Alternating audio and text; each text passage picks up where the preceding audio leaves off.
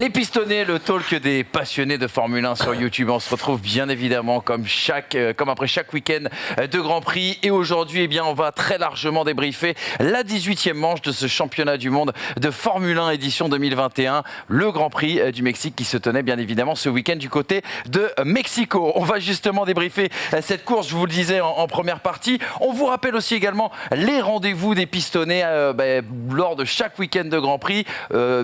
Après les qualifications, on se retrouve sur Winamax TV dans pole position pour vous briefer sur la course et vous donner comme ça des petits tips avant d'aborder le Grand Prix. Et puis on se retrouve également le lundi pour le débrief et puis le mercredi pour la partie magazine avec notamment le débat et le quiz. Saluons nos deux polémistes en chef aujourd'hui bien sûr avec nous. Et mon premier justement, la F1 faisait étape dans un de ses pays de cœur et de sangre. C'est bien sûr monsieur Hamza Ramani. Salut Hamza, comment ça va? En tout cas, je note qu'au niveau de la réalisation, on sait que le pays de Sangré, c'est le mien et pas le tien. Je ne sais pas pourquoi, ouais, je ne sais pas comment. Mais peut-être après t'avoir vu crier, je me faisais une réflexion en voyant au stadium justement ce week-end à la télé. Je me disais en fait, il y a une belle équation, c'est Hamza Ramani au Castellet fois 100 000 est égal le stadium de Mexico. Parce que c'est vrai qu'avoir tous ces Mexicains, ça m'a un peu rappelé ta performance du côté du sud de la France cet été. On a vécu un bon moment. On espère l'année prochaine être carrément à Mexico, por favor. Eh oui. Et por qué no? Ouais, et pourquoi pas? Et por qué no? Ramanos. En 2022, mon deuxième a deux objectifs. 1, vendre sa C1. 2, acheter une Audi. Monsieur Brice-Germain, comment ça va? 2021.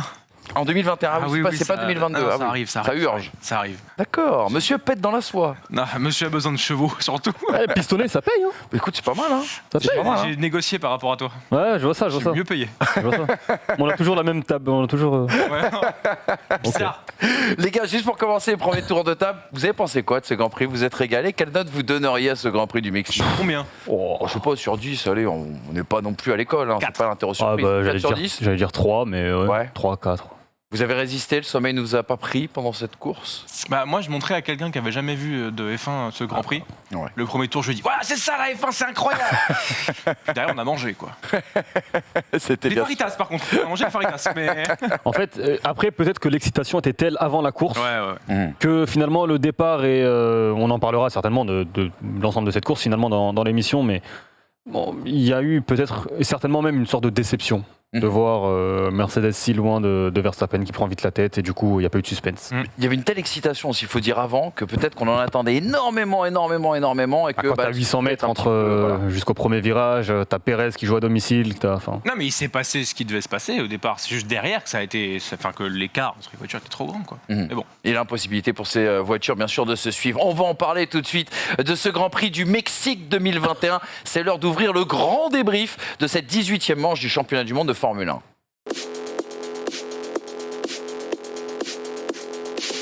Le Grand Prix du Mexique est bien remporté par Max Verstappen, le néerlandais sur sa Red Bull qui devance Lewis Hamilton et son coéquipier Sergio Pérez. Gasly premier français, 4e. Alpha de nouveau dans les points avec la 8e place de Raikkonen, dans le rythme d'ailleurs de Vettel 7e.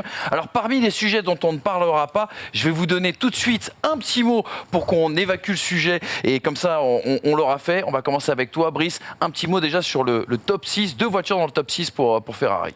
Oui, je trouve qu'il confirme largement ce qu'on est en train d'attendre d'eux, à savoir qu'ils optimisent leurs résultats. La voiture est la 3e force ou la 4e, ça dépend quand McLaren est devant ou AlphaTauri est devant. Et pour autant, la 5 et 6e place, c'est quand même de plus en plus trusté par les deux voitures rouges. Les deux sont en tir groupé. Je trouve que les points sont mis quand il le faut et au final, ça fera une vraie différence à mon sens pour la 3e place au championnat. Peut-être qu'AlphaTauri a une meilleure voiture de base. Peut-être que McLaren a une meilleure voiture de base. En attendant, là, je trouve que ça score vraiment très très bien pour les Maranellisti. On ne parlera pas de Ferrari dans cette émission, on ne parlera pas non plus d'Alpine et de Fernando Alonso qui a réalisé une prestation hier, en tout cas XXL. Maître Ramani, avocat de l'ami Fernando Alonso, qu'avez-vous pensé de la course de l'Espagnol? Alors d'abord il y a les qualifications, je ne sais pas ce qui s'est passé chez Alpine, pourquoi est-ce qu'Alonso n'a pas profité de l'aspiration d'Esteban Ocon? Et forcément, quand tu as Ocon qui est pénalisé et qui sort Fernando Alonso, c'est problématique. Donc, ils n'ont pas bien optimisé ce samedi, tout simplement. Derrière, on connaît Fernando Alonso, le pilote. Il profite aussi de ce premier tour et du grabuge des nombreux incidents devant. Il termine 9e. À la régulière, Aurait-il fini dans les points? Peut-être pas, parce que finalement, tu as Ricciardo et tu as Bottas. Mais il prend de nouveaux points. C'est sobre, c'est job done. Tout simplement, il n'y a pas de... Ça maximise en tout cas les performances, les piètres performances de cette Alpine. Et on aura l'occasion d'en reparler. Vu que je vous parle d'Alpine avant de lancer les 4 enseignements, regardez ce bouquin qui est sorti aux éditions Amphora et qui a été écrit notamment par Jean-Sébastien Fernandez. Alpine F1 Team Inside. Il y aura plusieurs volets. C'est le premier volet sur la genèse justement du retour d'Alpine en Formule 1. C'est un super bouquin, super bien illustré.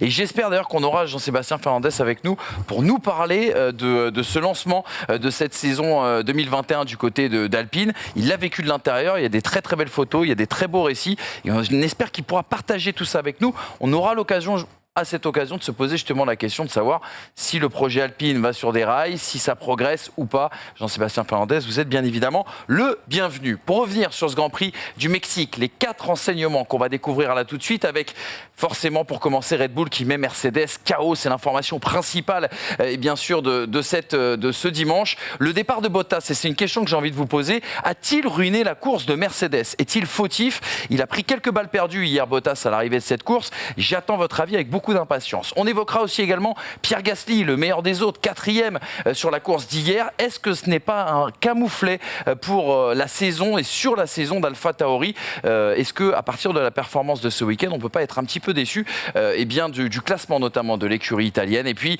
Kimi n'est pas complètement cuit. Oui, on peut l'affirmer. Ce week-end, on a vu un Kimi Raikkonen en tout cas qui était éveillé et réveillé.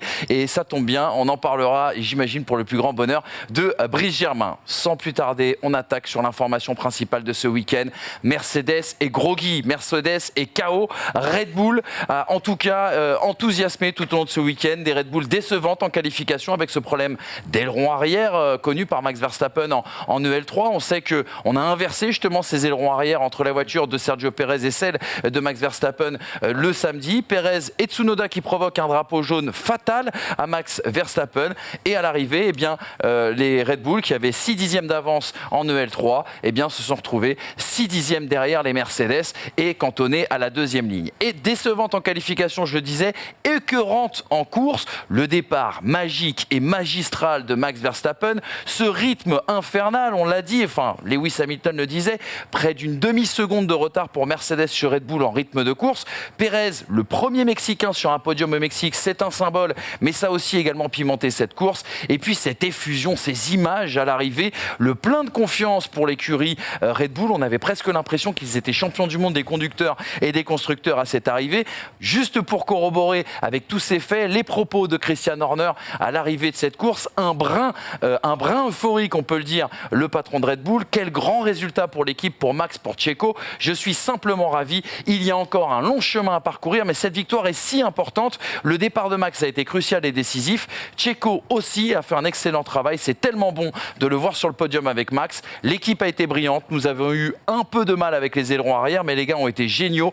Les arrêts, l'esprit d'équipe, ils se débrouillent si bien en ce moment. Les gars, la question qu'on peut se poser, c'est, on a l'impression que c'est la victoire la plus facile cette saison pour Red Bull, celle en tout cas qui souffre le moins en tout cas de la concurrence de Mercedes. Qu'est-ce que vous en pensez ? Déjà, quand tu pars derrière et que tu te retrouves devant au premier virage, déjà, il y a une impression de domination dès 800 mètres. Dans cette manière d'aborder ce départ. Et ensuite, il n'y a tellement pas eu photo. Et en fait, on ne peut pas critiquer forcément Mercedes sur ce Grand Prix sur l'aspect stratégique parce qu'il n'y a rien à faire. La stratégie, ça vaut quand il y a quelques secondes d'écart. Ça vaut quand on peut tenter un coup parce qu'on n'arrive pas à dépasser. Là, il n'y a rien à faire. Il y a 16 secondes, 555 à la fin. C'est énorme. Il prend 7 dixièmes dans le tour 2.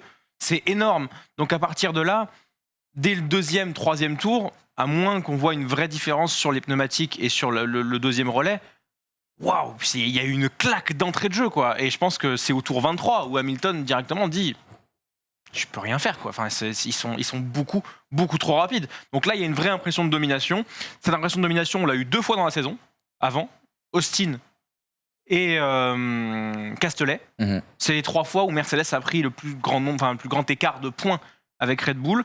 41 au Castellet, 40 à Austin, 40 au Mexique. Et aujourd'hui, ils mettent 22 points sur ce Grand Prix-là à Mercedes. C'est juste énorme et c'est une claque qui est très violente. Moi, la question que je me pose, c'est que s'est-il passé le samedi en qualification? Ouais, si. Je ne. C'est un mode moteur, Hamza. Je sais pas. Tu penses Honnêtement. qu'il peut y avoir une stratégie de bluff? Moi, c'est vrai que c'est une question Non, que non, je me suis mais posée hier soir. C'est-à-dire, est-ce qu'ils n'ont pas un petit peu Volontairement. baissé le régime moteur volontairement, sachant que la pole position, quelque part, était peut-être pas si intéressante avec cette longue ligne droite et ces 800 mètres pour arriver au premier virage? Je suis pas sûr que Red Bull arrive dans cette stratégie-là, mais. Ouais, j'ose espérer que non. Parce que c'est quand même. Le principe, c'est quand même de partir devant. Je sais pas, honnêtement, j'ai pas d'explication pour que Red Bull se rate autant, parce que pour moi, c'est un raté, quand même.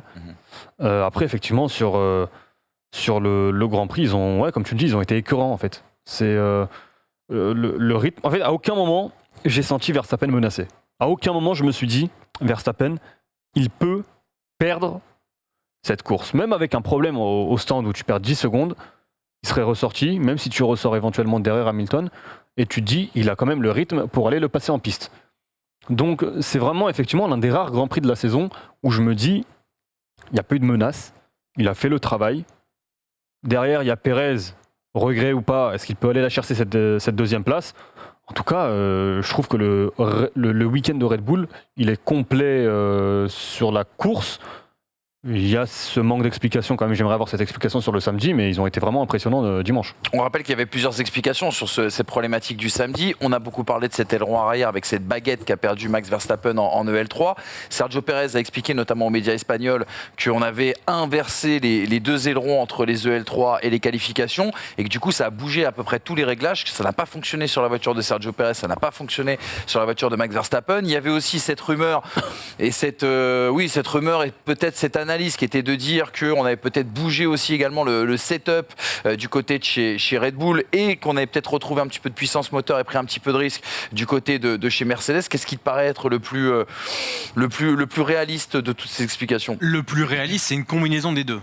Le plus réaliste, c'est d'avoir pris un risque sur le moteur chez Mercedes en se disant que si on met un mode moteur un peu plus puissant pour la Q3 et qu'on rebascule, ou en tout cas qu'on prend moins de risques pour la course, on va se prémunir d'un dépassement puisque on sait que le moteur Honda est moins rapide. Donc du coup, on se positionne devant pour la course et derrière, on se dit que vu la faible dégradation et vu la difficulté de l'air perturbé à Mexico, on restera devant. Et ça a été le cas avec Pérez. Pérez était plus rapide et n'a pas pu dépasser. La stratégie en soi, elle est bonne du côté de Mercedes de faire ça.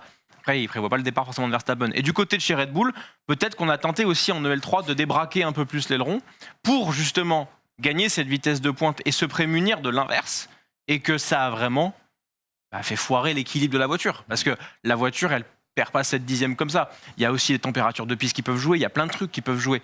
Mais là, en l'occurrence, je pense qu'il y a eu un ultime pari de tenter pour se prémunir de la menace moteur de Mercedes, que ça n'a pas marché, et que le pari de Mercedes, lui, a marché en qualification, mais qui n'était pas tenable sur la course. Parce qu'au-delà du résultat Mercedes, l'écart en qualification de Red Bull est aussi faible avec les autres pilotes derrière. C'est vrai. D'où l'explication, Red Bull s'est raté. Que Mercedes. C'est ça. Complètement, exactement. Tu as commencé à en parler tout à l'heure, Hamza, et je trouvais ça très très intéressant. C'est l'une des questions qu'on s'est posées hier soir à l'arrivée de cette course.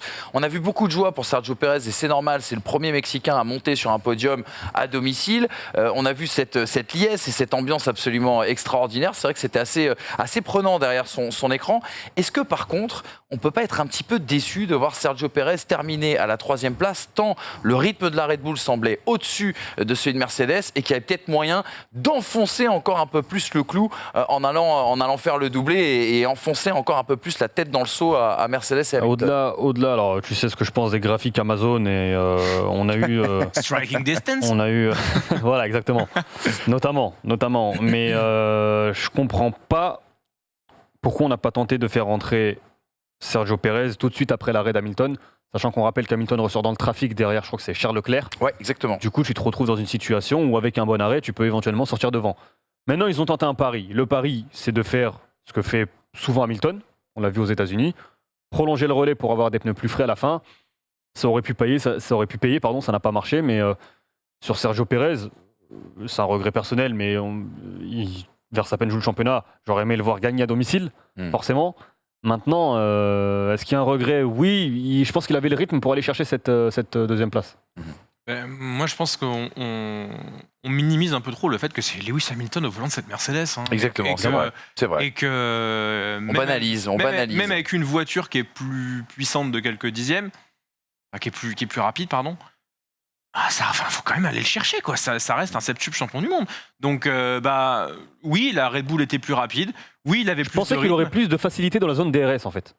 Ah, mais de toute façon, tu sais très bien que la Mercedes, avec la McLaren, est une de ces voitures qui est quasiment impossible à dépasser. À cause justement de cette différence de vitesse. J'ai regardé l'analyse de ses tours au moment où il était derrière Lewis Hamilton, dans les 3 tours où il attaque, 3-4 tours où il attaque, il reprend 2 dixièmes et demi, 3 dixièmes sur la ligne droite. C'est pas assez. Quand tu te positionnes à 7 dixièmes, même si en plus il a une assise meilleure à la réaccélération, il ressort mieux du dernier virage que Lewis Hamilton. En fait, il a un DRS permanent, Lewis Hamilton, ça s'appelle son moteur Mercedes. Son moteur Mercedes, il est plus puissant que le Honda. Ils ont trouvé la solution pour justement mieux s'en servir au milieu de l'année. C'est ça qui a fait que la domination Red Bull s'est un petit peu atténuée avec le temps.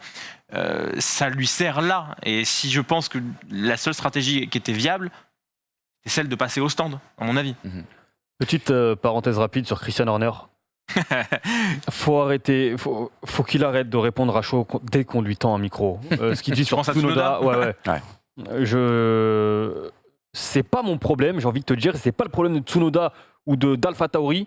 Si tes 2 pilotes se ratent lors du premier run, enfin, on sait pas du coup si c'est les 2 pilotes, mais en tout cas, si tes 2 pilotes sont derrière tes concurrents directs, en l'occurrence Mercedes, sur le premier run en Q3, et qu'au lieu de sortir en premier, tu sors derrière d'autres pilotes où tu sais que éventuellement tu peux provoquer ou ils peuvent provoquer un drapeau jaune. Encore une fois, Tsunoda, il y est pour rien, le malheureux, il mange encore un tir gratuit. Il existe. Donc s'il existe, il peut faire des erreurs. Donc au bout d'un moment, tu vas pas en fait mettre tes 2 pilotes AlphaTauri au stand en disant non mais attends, faut laisser la place pour les pilotes Red Bull. Ça arrive, c'est comme ça tombe sur Red Bull. Il aurait été bien heureux que ça tombe sur un pilote Mercedes. Si ça avait été le cas, donc stop. Au bout d'un moment, Tsunoda, il fait pas tout bien cette saison, mais tirer. Surtout qu'il est pas responsable. Là, c'est à la radio, on doit lui dire. C'est sa première saison. T'es son big boss entre guillemets. Cela, tu le flingues. Psychologiquement, tu le flingues. Je veux dire, t'arrives et tu lui mets un penalty bouge de cette manière-là, copyright. C'est Erwan Abotret qui l'a inventé. Copyright. Je trouve que c'est maladroit, malvenu. Et pas du tout. Pas maladroit, c'est calculé, sauf que il a un ego tellement surdimensionné. Et il veut, c'est pas digne d'un patron d'écurie qui veut ça, le titre. Et il veut aussi laisser passer, il veut aussi déplacer le problème pour qu'on oublie que Red Bull s'est complètement raté. Ouais, bien sûr, c'est de la com. Hein. Juste un dernier mot, et Polo et Tom en régie nous ont proposé les images tout à l'heure dans le Barco. Ces images d'effusion, de joie, on était presque étonnés, c'est-à-dire qu'on avait la sensation, je le disais tout à l'heure en introduction, que Max Verstappen et Sergio Perez avaient ramené 2 titres, constructeur et conducteur, à l'issue de cette course. On sait que c'est un petit peu le jeu médiatique. Et le jeu aussi des différents youtubeurs et personnes qui réagissent à chaque fois sur les courses. Chaque course, et ce sera le cas jusqu'à la fin de la saison, tout le monde parle de tournant. Ça y est, ce week-end, c'était le tournant. N'empêche que quand on voit ces images-là, on se dit que il y a un petit quelque chose. En effet, cette notion de chaos, cette notion de on a fait mal à Mercedes, cette notion de on est en pleine possession de nos moyens et surtout de notre confiance, quoi. Moi, j'ai l'impression de voir des pilotes qui ont gagné le titre. Là. Oui, non, mais clairement. Vous étiez pas un peu gêné par rapport à cette image même hier? Je sais pas, je pense que c'est vraiment... C'est le stadium et l'ambiance. C'est ça, en fait. C'est au-delà du Mexique et de Pérez, je pense que c'est le stadium et le public mexicain qui est quand même très chaud, qui apporte, avec le père Pérez, qui apporte cette... Bon forceur le père Pérez. Hein. Cette spécificité. Si ce GP, avec ce stadium, on avait eu un stadium pareil en Russie, avec une ambiance peut-être différente, il n'y aurait peut-être pas eu cette ambiance. Je pense que c'est spécificité stadium, plus public mexicain, plus Sergio Pérez. Quand même, il y a une conjoncture de trucs. L'ambiance là chez Red Bull, en fait, il y a un côté, là on a montré qu'on dominait. Les Grands Prix qui arrivent, je vois pas comment Mercedes peut être vraiment supérieur à nous. On creuse le trou, on revient au championnat constructeur. En fait, il n'y a pas que ça qui compte pour moi. Il y a aussi la réaction chez Mercedes. Hein. Quand tu vois la tête d'Hamilton à la fin, on en parlera. Il y a des deuxièmes places chez Hamilton où il est dans la communication, et il l'a été. On ne pouvait pas faire mieux. La sortie de la voiture, il tire une tronche de dépit, de résignation. Et ça va avec le 16.5, ça va avec le Toutes ces team radios sur 23e la- tour ouais. que on peut pas les avoir. Enfin, tu mêles tout ensemble. Effectivement, il y a rien qui est fait. Moi, je suis pas du tout de ceux qui vont dire genre c'est fait, c'est plié, parce qu'on se prend une bâche à chaque Grand Prix avec un retournement de situation tout le temps. Et tant mieux, la saison est incroyable. Franchement, même Mercedes avait une impression de Ça pique. Ça pique. ça un peu. pique, il en reste 4. On a 20 points de retard, 19 au pilote. Ça commence à puer un peu. Et on rappelle bien sûr, et ça nous permet de refermer ce premier enseignement, que ce sera la question justement du grand débat à retrouver à partir de mercredi.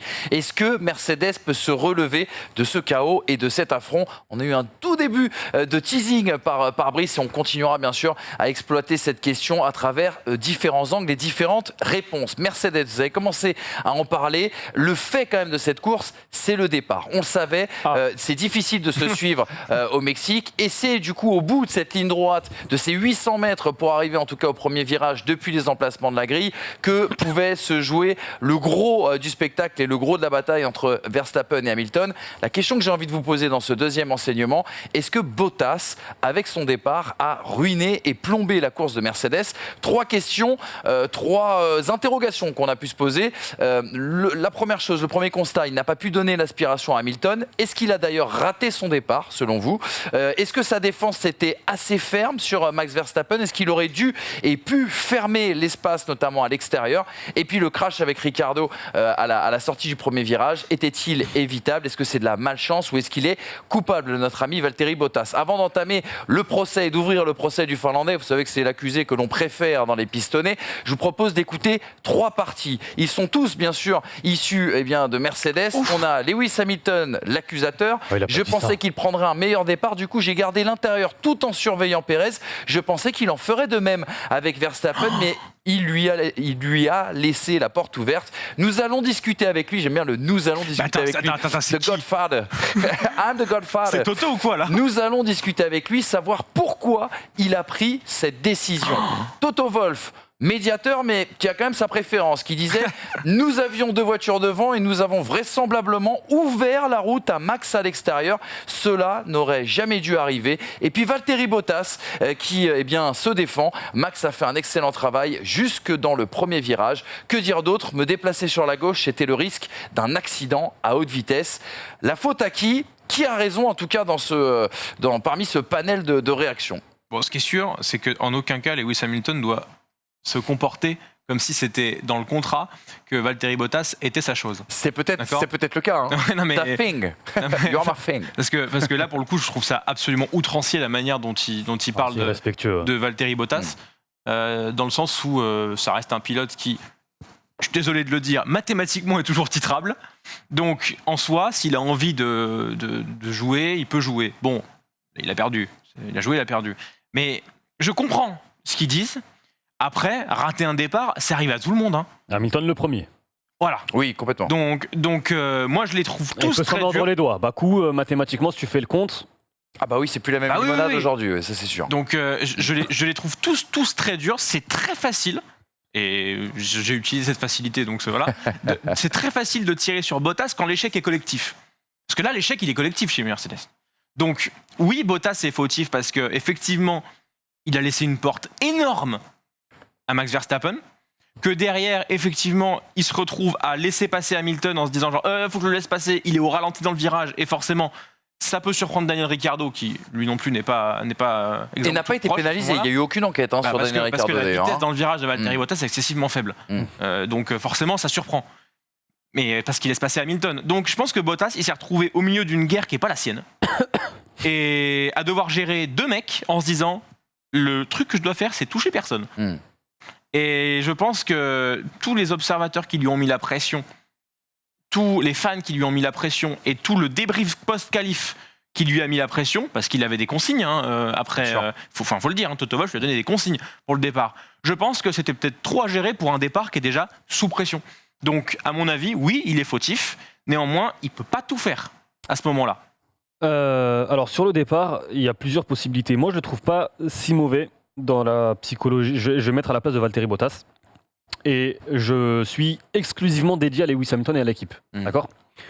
Le départ de Valtteri Bottas, t'as pas d'aspiration, les mecs derrière prennent un meilleur départ, un meilleur envol, c'est normal. Tu protèges ton pilote à l'intérieur, en l'occurrence Lewis Hamilton. Je pense qu'à ce moment-là, ce qui se passe dans la tête de Valtteri Bottas, c'est empêcher Verstappen de se mettre entre Bottas et Hamilton pour protéger directement Lewis Hamilton d'un éventuel contact À l'intérieur. entre Verstappen et Lewis Hamilton et protéger un éventuel dépassement direct de Verstappen sur Lewis Hamilton. Ça, c'est le premier point que j'écarte tout de suite. Il y a un deuxième point. Il aurait pu faire différemment en fermant l'extérieur, mais ça, fallait le faire au départ. C'est exactement ce qu'avait fait Sébastien Vettel sur Lewis Hamilton en 2019 ou 2018 ou 2019. 2018 quand il gagne, je crois, il me semble. Quand Leclerc, je crois, est en pôle et Vettel se rabat sur Lewis Hamilton. Et Hamilton, en fait, il va mettre 2 roues dans l'herbe, tout de suite, pour lui couper la vitesse. Et il se retrouve en difficulté. D'où l'accrochage derrière, c'est en 2019. D'où l'accrochage Verstappen-Lewis Hamilton. C'est peut-être ce qu'il aurait dû faire. Faire en sorte, se tendre un piège. Tu ouvres l'extérieur, tu laisses Verstappen s'y engouffrer, tu fermes, tu le tasses vers l'herbe, 1 ou 2 roues, il ralentit, et là c'est terminé. Il n'y a plus de Verstappen jusqu'au premier virage. Est-ce que le premier truc qui pose pas problème, c'est le fait justement qu'il ait eu ce temps de réaction un petit peu plus lent par rapport à Max Verstappen et Lewis Hamilton, et de facto qu'il n'ait pas pu offrir justement l'aspiration à Lewis Hamilton? Moi, pour conclure, ça peut arriver que tu aies un mauvais départ ou un moins bon départ que tes concurrents. Et pour conclure sur le départ de Valtteri Bottas, moi je trouve que jusqu'au premier virage, en soi, ce qu'il fait, c'est plutôt bien. Moi, à la place de Valtteri Bottas, j'aurais peut-être fait pareil. Par contre, le but, c'est quoi? C'est de protéger la position. Et dans ces cas-là, tu peux pas freiner aussitôt. Dans ces cas-là, le but... Verstappen, il est à l'extérieur. Tu emmènes Verstappen à Toulon, comme disait notre ami Toto Wolff. Faut l'emmener le plus loin possible. L'exemple parfait, c'est ce qu'a fait. Alors, c'était pas sur un départ, c'était au premier tour, à la fin du premier tour. Ce qu'avait fait en 2012 à Interlagos Felipe Massa sur Mark Webber pour protéger Fernando Alonso. Tu emmènes le pilote ennemi, entre guillemets, à l'extérieur. Tu ouvres l'intérieur pour permettre à ton coéquipier de passer. Et derrière, tu empêches. Et c'est ce qu'avait fait de manière magistrale Felipe Massa pour Fernando Alonso, et c'est ce qu'aurait dû faire Valtteri Bottas. Tu freines le plus tard possible, quitte à envoyer Max Verstappen en dehors, peut-être que Verstappen aurait court-circuité et serait passé, mais dans ces cas-là, tu protèges quand même la première position pour Lewis Hamilton. Il y a une limite à ça.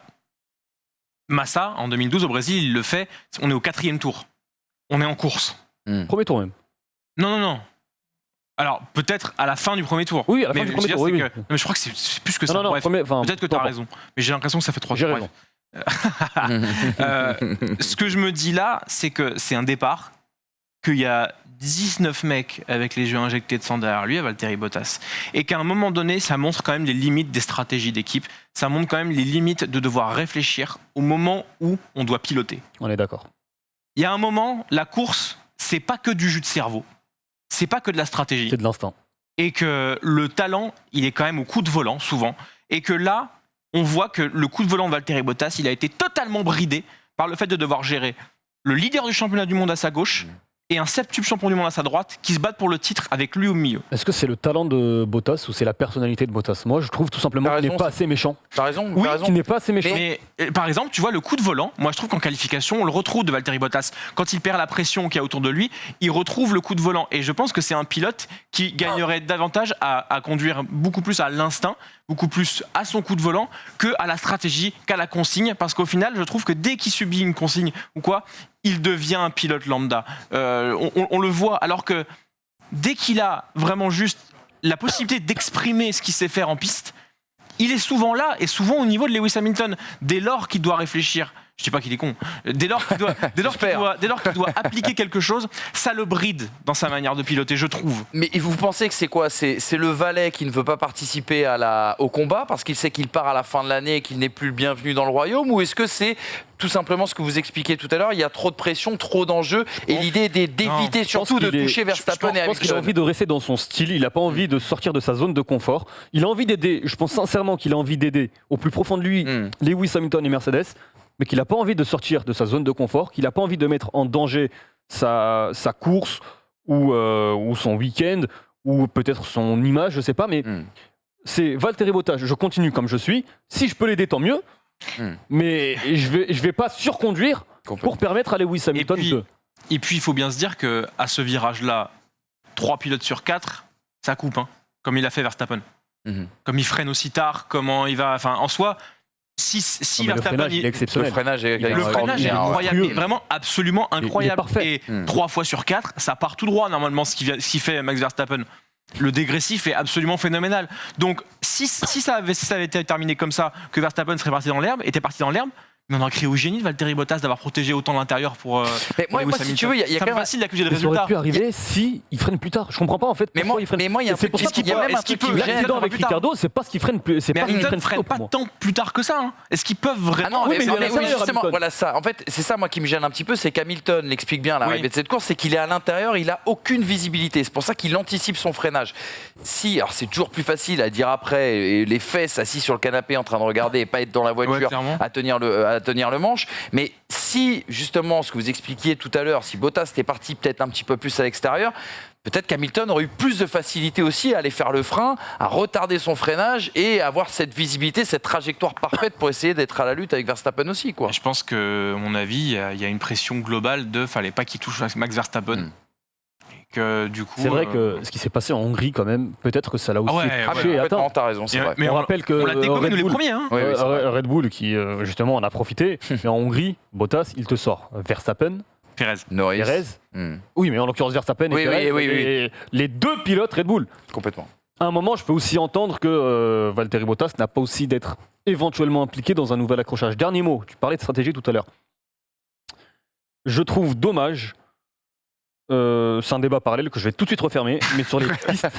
Parle tout seul, vas-y. Tu connais la version. Non, mais sur les pistes, en fait, la qualification est un privilège que l'on doit grâce au talent, grâce à la monoplace, grâce au coup de volant. J'en ai marre qu'on ait, mais c'est pas la première fois que je le dis, en fait, à chaque fois qu'on en arrive au Mexique, à chaque fois qu'on va à Sochi... Dès qu'on a plus de 700 mètres de ligne droite. C'est ça. J'en ai marre de voir un pilote qui signe la pole, qui se retrouve en difficulté. Quand tu signes la pole, tu es censé être avantagé de partir premier. Et là, tu te retrouves en difficulté. Moi, l'exercice de la qualification, j'aurais toujours une tendresse particulière pour cet exercice parce que tu te retrouves dans une situation où les pilotes font parler leur coup de volant à 100 ou à 110% du potentiel de la voiture et de leur potentiel. Et malheureusement, j'ai du mal. Alors, j'imagine qu'aucun pilote et aucune écurie va volontairement chercher à partir de la 2e, 3e, 4e, 5e place, mais ça me pose problème qu'en conférence de presse ou qu'en après en zone mixte, pardon, un pilote puisse te dire bon, on part 3e alors que tu devais partir en pole. Oh, finalement, c'est pas si mal parce qu'on aura l'aspiration. Moi, je trouve ça problématique. Et ça pousse au calcul même. Ça avait été le cas avec Bottas qui était parti 3e l'an dernier à Sochi, qui avait cherché justement à partir 3e. Ça, c'est Netflix qui nous le raconte. Non, ça avait été dit après les qualifs. D'accord. Non, mes sources ne sont pas que Netflix. Merci Brice Germain pour votre respect. Et on les embrasse bien évidemment. Vous avez été gentil avec Valtteri Bottas, ça n'a pas toujours été le cas autour de ce plateau. On verra comment vous allez être avec AlphaTauri, parce que Pierre Gasly et ses 3e enseignements, finit 4e, le meilleur des autres sur ce week-end. AlphaTauri, 3e force de ce plateau, un meilleur rythme que Ferrari, un meilleur rythme que McLaren. Gasly, cette course de solitaire, parce que du coup, il ne pouvait pas atteindre les belligérants de devant, et il était relativement tranquille malgré le fait que Ferrari a tout tenté pour essayer de le rattraper.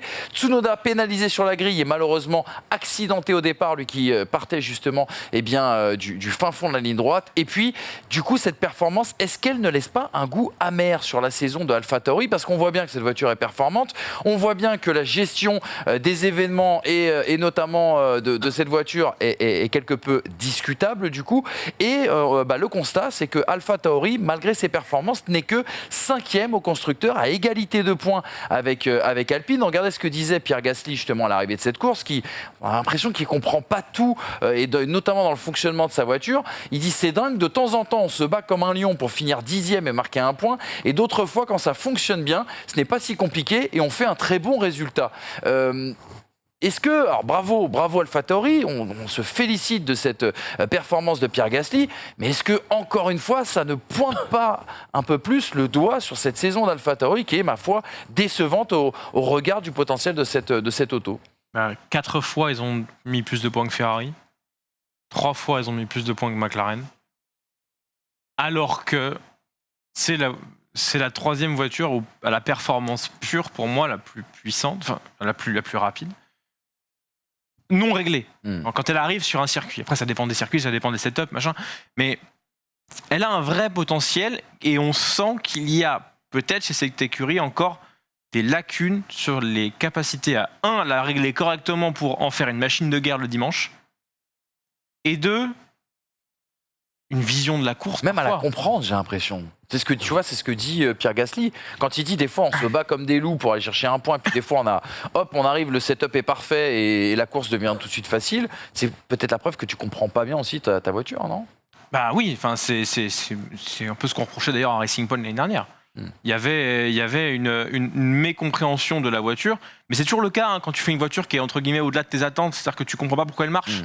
Donc en fait, quand tu comprends pas pourquoi elle marche, bah t'es bien content de t'en servir. Par contre, savoir identifier le problème quand elle marche pas, c'est plus difficile.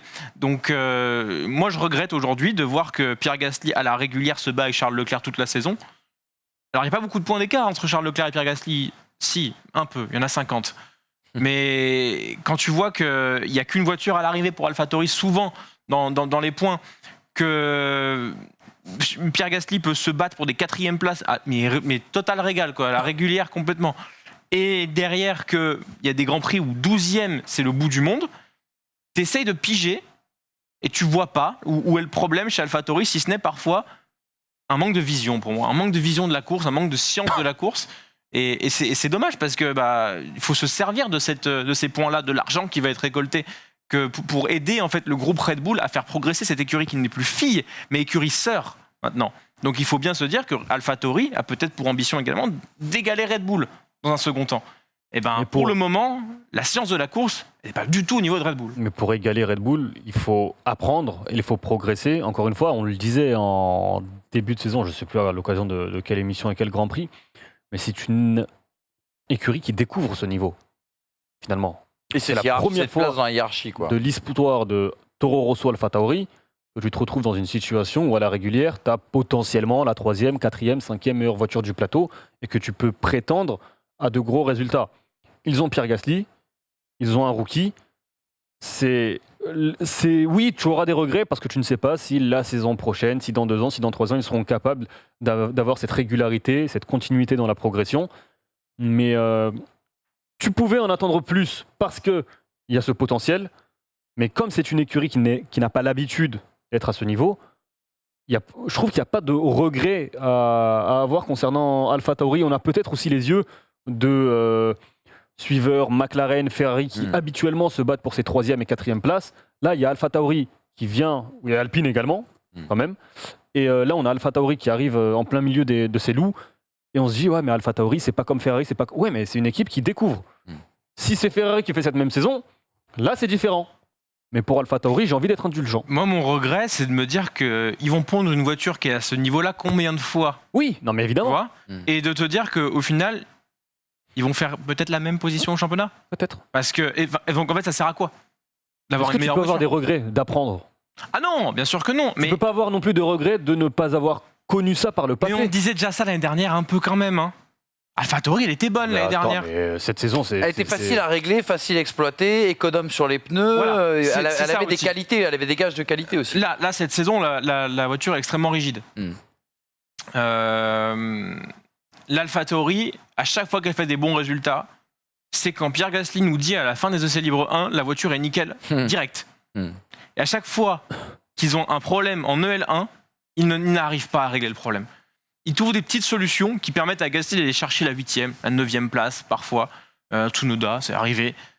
Mais ils ne trouvent pas, dans les 4 heures d'essai qu'ils ont, une vraie solution de fond pour améliorer la voiture. Si la voiture n'est pas bonne en EL1, il n'y a pas de solution. Et du coup, ça donne des résultats chez AlphaTauri qui sont totalement en dents de scie. Si tu regardes le constructeur, c'est 19 points, 4 points, 12, 0, 0, 8, 2, 12.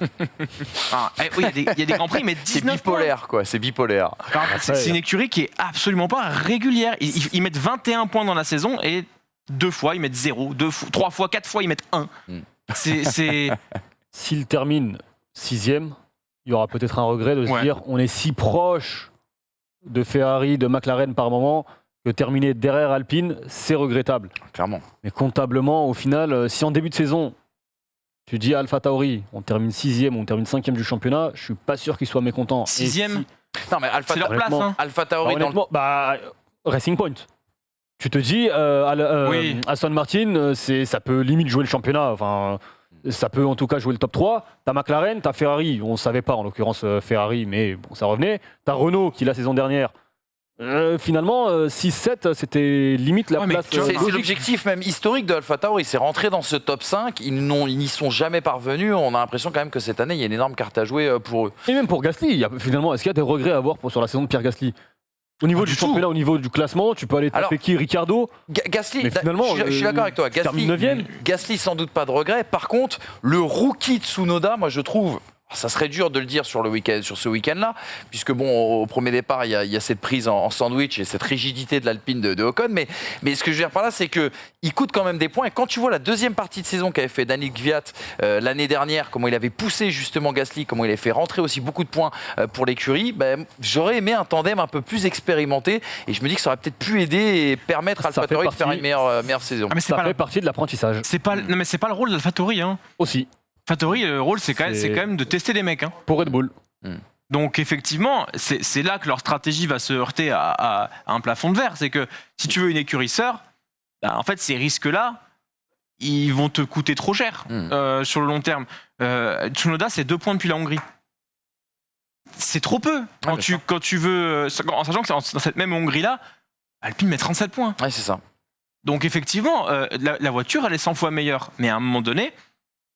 Enfin, la voiture, ça suffit pas en fait. C'est pas un championnat tu mets les voitures et ça part tout seul. Et c'est bien la preuve en effet que l'ADN de la Formule 1, c'est pas la meilleure voiture qui l'emporte. Il faut avoir la meilleure voiture, mais il faut bien évidemment arriver sur le circuit, comprendre et s'adapter. Meilleur pilote, meilleure stratégie et mettre tout ça ensemble. Ça revient à dire mettre tout bout à bout. Les amis, le dernier enseignement, c'est plutôt une bonne nouvelle. C'est une annonce officielle qu'on peut vous faire aujourd'hui dans les pistonnés. Oui, Kimi n'est pas complètement fini et cuit surtout. Une course sans faute pour le Finlandais, un départ matrixé. Je ne sais pas si vous l'avez vu ce on-board du départ de Kimi Räikkönen. Il évite les pièges et les obstacles et les embûches, mais avec c'est assez incroyable. Il a évité tous les pièges à ce moment-là. Il s'est rapidement défait de Russell, ce qui a quand même ouvert les possibilités, le champ des possibilités dans la course du pilote d'Alfa Romeo. Un rythme aussi qui lui a permis de tenir Alpine et McLaren derrière lui. Ça, c'est quand même une bonne nouvelle pour Alfa Romeo, même si on sait que c'est assez circonstanciel au circuit justement de Mexico. Et puis un Kimi pas complètement en roue libre, c'est-à-dire à l'inverse de ce que l'on a vu de Kimi Räikkönen ces dernières semaines. Lui qui retrouvait les points après 3 courses d'attente. Sa première Q2 depuis Budapest, ça c'est quand même quelque chose qu'il faut préciser parce que Kimi nous avait habitués malheureusement à l'avant-dernière, voire à la dernière ligne sur les dernières courses. Et puis on rappellera aussi que ce résultat intervient après sa bévue à Austin où il aurait pu marquer des points pour Alfa Romeo, mais il s'est sorti tout seul, s'est mis au tas comme un grand.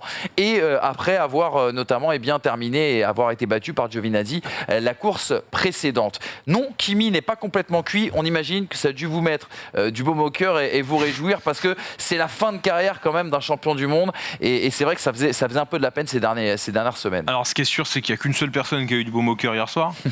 Parce qu'en face, c'est sûr que non. Bon, il respecte les grands champions quand même. Ouais, oui, c'est vrai que c'est pas un grand champion, c'est ça.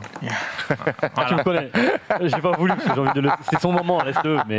C'est pas mon moment, parce que en fait, j'ai beaucoup de mal à parler de Räikkönen en soi. Hein. C'est dur pour moi d'en parler de manière très lisse et objective. Mais pour le coup, je ne mettrais pas forcément l'accent sur Räikkönen, je mettrais l'accent sur Alfa Romeo et sur le fait que le rythme était ultra bon sur ce GP, tant mieux pour eux. Je suis pas sûr que ça se reproduise forcément. Ouais, pourquoi j'allais dire, mais oui.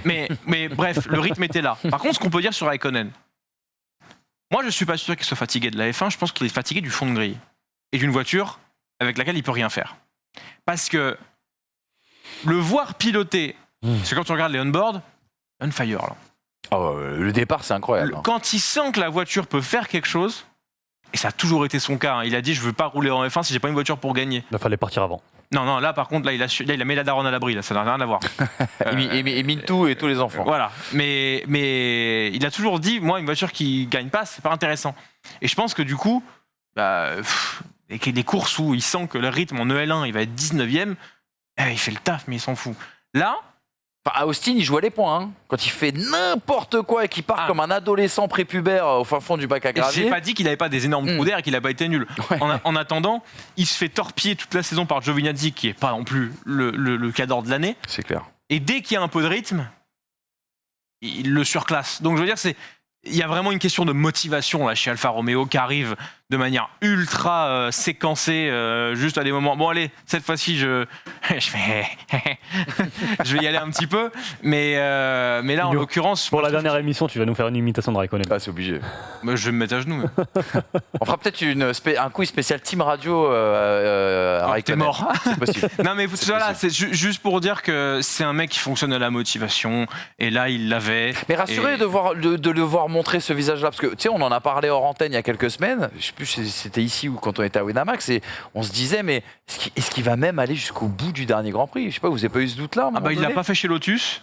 Non, j'ai jamais eu ce doute-là. C'est un enfin, Après ça reste un métier avec un contrat. Hein. oui, enfin. Enfin, je veux Oui, dire, et il puis a pas fait chez Lotus parce qu'il n'était pas payé. Hein. Ouais. C'est quand même pas Ouais, pareil. ouais. Non, il va y aller, mais bon, enfin, oui, il a hâte d'être en vacances, il a hâte d'arrêter. C'est ce qu'il dit partout, il l'a encore dit sur Et Canal ce là, week-end, hein. il s'est fait une gaufre parce qu'il a une voiture qui fonctionnait bien. C'est comme si tu vas rouler en location en kart et que t'as un kart tout pourri, bah tes 3 séances, tu sais quoi, c'est bon, tant pis pour nous quoi. Ça me rappelle un souvenir. Ouais, moi aussi. Hamza, Excellent souvenir, au demeurant. Hamza, qu'est-ce que t'as pensé? J'imagine, t'étais content de voir Kimi Raikkonen à pareille fête? Au-delà de Raikkonen, j'ai vraiment été surpris et agréablement surpris par le rythme effectivement d'Alfa Romeo. C'est ça. Pas donc. Ah non, non, mais Minimise, vas-y. non, mais vraiment été surpris par le rythme d'Alfa Romeo, que puis-je dire de plus. Non, mais tu te bats à la régulière avec Aston Martin, par moments sur des courtes séquences, ils étaient même dans le rythme de Ferrari. Le départ de Raikkonen, effectivement, bon, il a cette faculté à sentir les mauvais coups et à y échapper. Je ne sais pas comment il fait, c'est lui qui place ses mauvais coups justement pour se faufiler. Je sais pas comment fait Kimi Raikkonen sur ses départs. Mais le regret, c'est Alfa Romeo, pardon. Ouais. Dans la lutte au championnat, je pensais que Williams était vraiment devant. Mais là, entre Raikkonen et les points perdus par Giovinazzi, tu aurais pu revenir à réduire l'écart de moitié avec Williams. Prochain Grand Prix Interlagos, Williams en altitude, peut-être que ce sera toujours aussi compliqué. Giovinazzi, d'ailleurs, je ne sais pas si vous avez entendu sa radio à la fin de la course qui remerciait son team, ironiquement évidemment, pour la stratégie. À Sky Italia, il a mis un tir public à. Je crois qu'il sait qu'il est viré. Alfa hein. Ouais, je pense Romeo. qu'il sait que c'est fini, ouais. Ouvrez les guillemets, c'était une stratégie désastreuse. Jusqu'aujourd'hui, je ne pensais pas que l'équipe pouvait faire quoi que ce soit pour me nuire. Oh, ah ouais, carrément. Donc ouais. il y va. Il y va, Giovinazzi, un seul point cette saison. Hein. mais- Oui, bah oui. Donc Guan Yu Mais c'est Zhou pour ça. au volant de cet Alfa C'est Romeo pour l'an ça, prochain. il a de vrais regrets. Il se battait quand même. Il était 6e à la reprise, au restart. Il était 7e, ce qui se fait rapidement déposer par, je crois que c'est Sainz ou Leclerc, un des deux pilotes Ferrari. Mais je pense qu'il y a quand même de vrais regrets à avoir pour Alpha. Et on rappelle que bien sûr l'annonce pour le deuxième baquet Alfa Romeo qui prendra la place à côté de Valtteri Bottas, on a appris ce week-end qu'on devrait en savoir plus après le Brésil normalement, donc c'est imminent. Je pense que l'arrivée de Zhou ou Joe, Toujours pas vous donc l'appelez comme vous voulez. de course de F2 au milieu quoi. Non, Voilà. bah oui, ce sera juste avant normalement l'annonce. Ouais, Mais tu peux prolonger d'un mois et c'est bon. Théo nous t'auras le l'avait dit de toute championnat. façon que l'annonce devait intervenir avant la reprise Si de la je peux F2. me permettre, Vas-y, tout dernier mot, très court, Très n'a absolument rien à voir avec Alpha, c'est Mazepin. Oui, Ouais, moi aussi Je je l'ai voulais dire ça. beaucoup, et je l'ai Ouais. beaucoup démonté à Ouais, juste pensé, titre ouais. depuis le début de la saison. Fait un Ça m'a départ. vraiment fait plaisir de le voir en midfield, Ah au oui, sur le milieu premier de. tour, Il était, hein. je crois, 11e au Ouais, restart. 11. Ouais. Il y a eu des batailles parfois rudes, mais c'est ce que je demande à Mazepin. Des batailles rudes, des batailles sévères, mais des batailles fair play. Hmm. Et c'est exactement ce que j'ai vu de Mazepin. Et je l'ai tellement critiqué qu'aujourd'hui, je ne peux pas passer à côté de l'opportunité vraiment de le féliciter. Mazepin m'a vraiment fait plaisir sur. Alors, j'ai pas vu tout Oui, le bien on-board, hein. évidemment. Oui. Peut-être qu'il y a eu et que ça m'a échappé. Mais globalement, j'ai l'impression qu'il a été plutôt clean et j'ai vraiment envie de le féliciter. Et il s'est rangé à la fin de la course à la dernière place et bravo à lui. Et on aura été complet en tout cas sur ce La débrief de ce Grand Prix du Mexique, je le disais, 18e manche de ce championnat du monde de Formule 1 édition 2021. On regarde tout de suite justement les classements pilotes et constructeurs après l'arrivée de cette course. Verstappen donc, qui prend le large un petit peu plus sur Lewis Hamilton, 19 points d'avance désormais pour le néerlandais. Perez se rapproche un petit peu plus de Bottas, il revient à 20 points. Et puis Leclerc toujours devant Sainz et Norris pour le moment protégé. Du côté des constructeurs, ça a beaucoup beaucoup évolué aussi. Désormais, plus qu'un point d'avance pour Mercedes sur Red Bull. C'est dire les dégâts de ces deux derniers Grands Prix, en tout cas à Austin et à Mexico, dans la lutte aussi pour les constructeurs. On notera que Ferrari passe devant McLaren et que AlphaTauri est revenu à égalité avec Alpine à 106 points. Les amis, on vous l'a dit, le programme des pistonnés a été chamboulé il y a maintenant quelques semaines. Je vous rappelle les 3 rendez-vous, bien sûr, qui vous attendent à chaque semaine de Grand Prix. Après les qualifications sur Winamax TV pour l'émission Pole Position. Après la course, en débrief dès le lundi, bien évidemment, sur le plateau des pistonnés. Et puis le mercredi, le MAG et ce débat, ces sujets, justement, où on prend un petit peu de hauteur, un petit peu de recul sur l'actualité chaude, en tout cas, de la Formule 1. Justement, ce dimanche, on était chez Winamax avec Brice. Et preuve, en tout cas, eh bien qu'on peut vous faire gagner beaucoup d'argent et qu'on est presque un peu visionnaire, qu'on a sans doute lui ou moi, l'almanach des sports chez nous, voire une boule de cristal qui nous dit les choses. Bref, venez nous voir sur Winamax parce que ça peut vous permettre de gagner beaucoup d'argent. La preuve en images. On se fait défoncer la gueule par la réalité à chaque semaine. Valtteri Bottas, il va aspirer Max Verstappen vraisemblablement avant d'aspirer Lewis Hamilton. On l'a vu en France, on l'a vu Tu l'as vu à Austin. à Austin. Pérez, quand il est là et qu'il sert la stratégie et qu'il permet à Red Bull d'être offensif stratégiquement, ça généralement fait un petit peu bafouiller Mercedes. Le tournant du Grand Prix, il peut se jouer dès le premier tour et c'est ce qu'on a vu sur les éditions, sur les éditions précédentes. Justement, je pense justement que la dégradation ne sera pas assez forte pour que la stratégie permette à Hamilton d'avoir un vrai écart de performance en course avec des pneus plus frais pour remonter ce qu'il aurait perdu dans un premier relais. Mais moi, je pense que Red Bull a un meilleur rythme de course que Mercedes. Si vous pensez que c'est Lewis Hamilton ou Max Verstappen qui va gagner, pariez les deux. Ouais. Parce qu'au final, si tu mets 100 balles sur les deux, bah, tu auras 220 et tu auras misé 200. Et t'auras gagné 20 €. Oui. Ouais. Top 6, moi je veux que tu montes des cotes Ferrari et je veux que tu nous montes des cotes AlphaTauri parce que notamment Gasly, AlphaTauri, elle a un rythme impressionnant cette voiture là sur le week-end. Moi j'ai l'impression même que c'est la troisième force du plateau. Je voudrais un Charles Leclerc et je voudrais dans le top 6, s'il vous plaît. 2 € et 3 barquettes. 2 € et 3 barquettes, c'est parti. Top 6, Charles Leclerc. Est-ce qu'on l'a, s'il vous plaît, monsieur Kinch? Vous ne me le faites pas à 1, vous ne me le faites pas à 1,50, vous ne me le faites pas à 2, vous me le faites à. Dépêche-toi, j'ai plus rien derrière. Moi je serais tenté de mettre de l'argent sur Alfa Romeo et un top 10 ce week-end. Tout ce que ça peut impliquer de partir 20e, notamment dans un circuit qui est poussiéreux. Ouais. Qui va demander beaucoup de grippe aérodynamique et du coup qui, dans le trafic, va avoir beaucoup de dirtières pour les monoplaces. Je ne suis pas sûr que 5,20 soit suffisant pour parier sur Lando Norris. Alors on ne dit pas que des vérités dans les pistonnés, on ne sent pas le jeu, on ne sent pas la course comme ça. Notre secret il est là, l'Almanach des Sports 2021. Il n'y a que nous qui l'avons bien évidemment et on peut vous permettre de gagner de l'argent, c'est tout les week-ends après chaque qualif. D'ailleurs, nouvel horaire pour la semaine prochaine pour le Grand Prix du Brésil à Interlagos. Ce ne sera pas rendez-vous le samedi, mais ce sera rendez-vous dès le dimanche, bien évidemment avant la course. Voilà les amis pour cette première partie des pistonnés, ce débrief du Grand Prix du Mexique. On regarde le programme qui nous attend dans l'émission de mercredi. Le grand débat, on a commencé à le teaser bien sûr tout à l'heure avec cette question: est-ce que Mercedes peut se relever après ce chaos infligé par Red Bull? Est-ce que Lewis Hamilton n'est pas un petit peu résigné? On va répondre à toutes ces questions dans quelques jours désormais. Il faudra attendre mercredi midi et la sortie de cette émission. Et puis le quiz aussi également avec un vrai ou faux, l'énumération, le Roland Garros F1, bref, tout ce qu'on aime les amis, tout ce qu'on aime. Merci beaucoup de votre fidélité. Parlez à vos amis de cette très très belle émission qui s'appelle Le Débrief et les Pistonnés. Merci Brice, merci Hamza. On se retrouve mercredi les amis. Changez pas de vêtements parce que c'est toujours plus simple d'avoir cette homogénéité et continuité. À tout de suite, à tout de suite.